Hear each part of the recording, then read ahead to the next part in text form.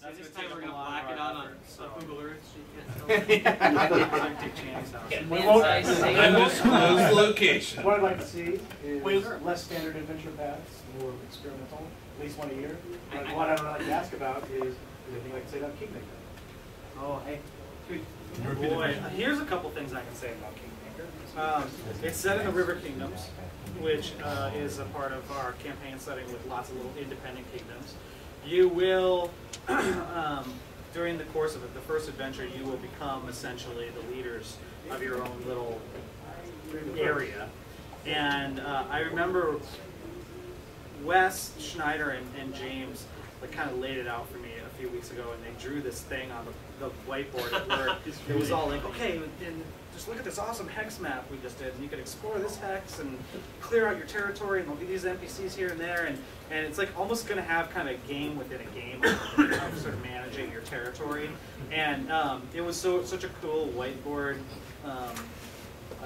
drawing that it lasted like 3 weeks. Nobody had the heart to erase it. So sadly it's gone now, so you can't take a picture through the window.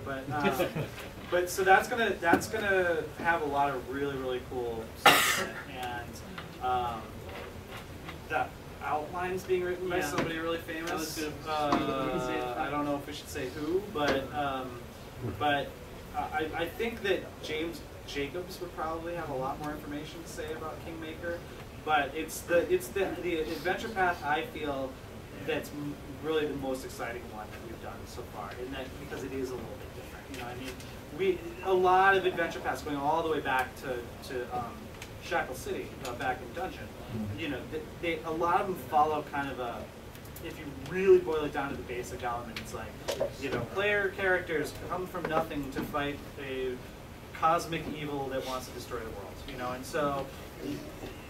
They've been different, but there have been a few variations on the theme, and frankly, I kind of feel like we've done that theme, and so I'm excited to be moving on to other things. Yeah, and so Council of Thieves actually is going to be a little bit different in that it's very urban, and it's very, you know, there's organizations and lots of crazy rogue stuff going on, but I think we're really going to kick it into high gear with Kingmaker. And then some of the other ones beyond that are kind of on the drawing board, it's unclear where exactly they'll fall, but some of them are like completely crazy. Yeah, I gave Wes like 2 absolutely outside the box ideas the other day. But we were just, because I read the core rulebook when I had, you know, and there's some rules in there. I'm like, oh, I'd love to see an adventure path that accentuates certain rules that never get used. So it's just fun.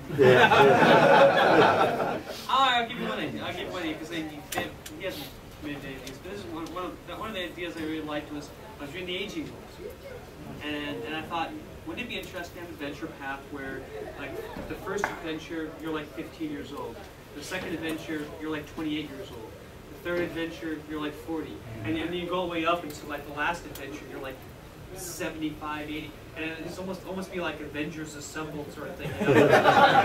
Where, you know, you have your own lives, you have your stuff going on, but then something happens and all go group together, assemble, you know, and so I have this very interesting punctuated sort of storyline that goes over a long period. Make the elves your tanks. And then you have to about aging. I think it'd be interesting. So that's like some things, different things like that. The boys really want to do some Asian type stuff. Yeah. You know, one of the challenges with Pathfinder Adventure Path that we have to kind of walk a fine line is between kind of the, you know, standard sort of, you know, sword sorcery kind of tropes, and then, you know, to give people what they expect. And then, you know, going outside the box a little bit to give people stuff that they didn't expect but were really excited to get.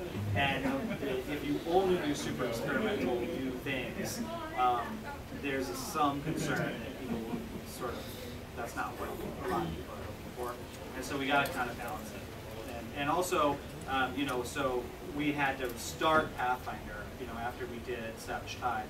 And so we kind of even went back to square one, and with Rise of the Dreamlords, we did what we sort of thought was an iconic campaign, you know, and that probably would not have been our original choice for the 4th adventure path that we did.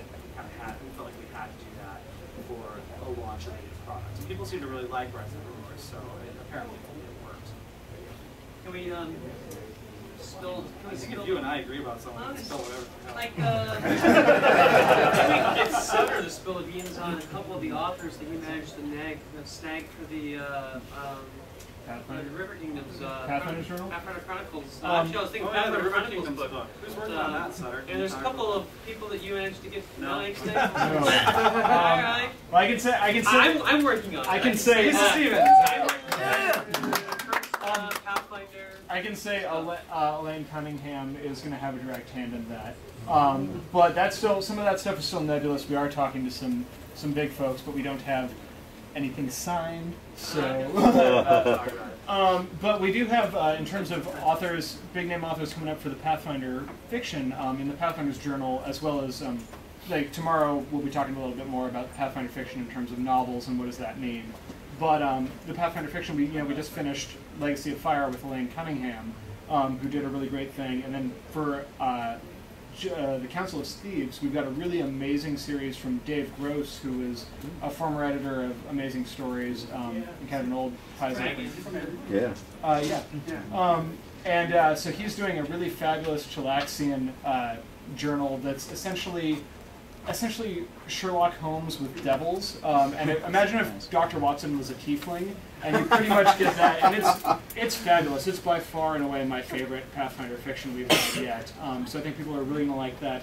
And we've just signed on for the River Kingdoms, Jeff Grubb, who's another old hand. Everybody knows him from D&D. And he's going to be doing something in the River Kingdoms that sounds like it's going to be really interesting and different, a little bit more humorous.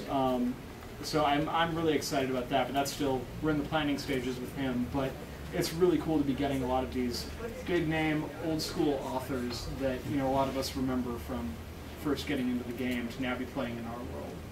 So there's more to come. Thank you, James. Any other questions? How about sort of in the middle there? Yeah. Are there any D20 modern-like plans in the works? Oh boy, no. But, Okay. it's weird working at a company that's filled with game designers, because just because something isn't on a schedule doesn't necessarily mean that it's not being worked on. Okay. So, for example, James Jacobs is running an event here at PaizoCon called Unspeakable Futures. Right. That's kind of his version of sort of D20 Modern meets Call of Cthulhu, meets like the Road Warrior, essentially.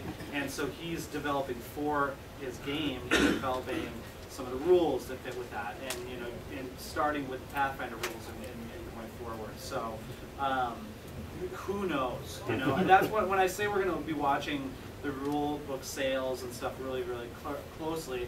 If we find that we can have a nice, healthy business doing rule books, then I think the question is going to be asked every time we meet and talk about what should we do next. We're going to say, is the time right to do a modern game? Is the time right to do a future game, a science fiction game? I sure would like to see a really good science fiction role-playing game that isn't tied to license. I want to play in George Lucas's world. I want to play in my world. But you got plenty of stuff out there. You do have plenty of stuff out there that you can use in right. And so these are questions obviously we ask on kind of a periodic basis, and every time we've asked them sort of officially in a meeting right now, the answer's been, hey, come on, we got to do the RPG. Shut up. But the RPG's done, and so now we got to look at what else we're going to do, and I would never say never on something like that, for sure. Yeah, the hat. I like the tie-in with Harrowdeck in Curse of the Crimson Throne, so cool. Some sort of product like that, or some. The item cards don't really do it for me, but I really like the Harrowdeck. I mean, it's again, the Harrowdeck kind of came. It wasn't. It was kind of planned a little bit, but it wasn't. It was having Mike Sullenker was hanging around with us, and then and he kind of got wind that there's this divination thing going on, and right. and from there it just created people going on top of something. All of a sudden, I mean, I kind of remember that Harrowdeck coming and it was like, oh hey, we should do this thing. When do we need it? This day. When's that? okay, we need to get that to the printer in what, 3 weeks? Whatever. It was like, you know.